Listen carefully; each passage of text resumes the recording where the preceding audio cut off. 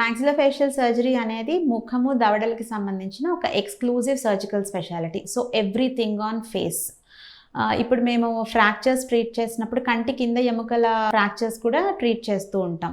So ఇది ముఖానికి సంబంధించిన ఎక్స్క్లూజివ్ స్పెషాలిటీ కాబట్టి ఇలా కణితలు, గడ్డలు, ఇన్ఫెక్షన్స్ ఇవన్నీ వచ్చినప్పుడు వాటిని ట్రీట్ చేయటమే కాకుండా మనం ఒకటి గుర్తుపెట్టుకోవాలి. ముఖం అనగానే నార్మల్గా మనం ఆలోచిస్తే మనకి అందం గుర్తొస్తుంది, స్కిన్ గుర్తొస్తుంది, హౌ వి లుక్ అనేది గుర్తొస్తుంది.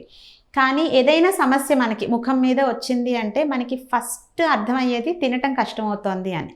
సో ఫస్ట్ తినటానికి ఎక్కువ ప్రాముఖ్యత ఉంది అనేది మనకు అప్పుడు అర్థమవుతుంది. ఒక మాక్సిలోఫేషియల్ సర్జన్గా ఈ ముఖం యొక్క ఫంక్షన్ని సరిగా అర్థం చేసుకోగలం కాబట్టి ఏ ప్రొసీజర్ చేసినా ఈ ఫంక్షన్స్ ఎఫెక్ట్ అవ్వకుండా, పళ్ళ కలయికని మార్చకుండా చేయగలుగుతాం కాబట్టి రిజల్ట్స్ కూడా చాలా బాగుంటాయి.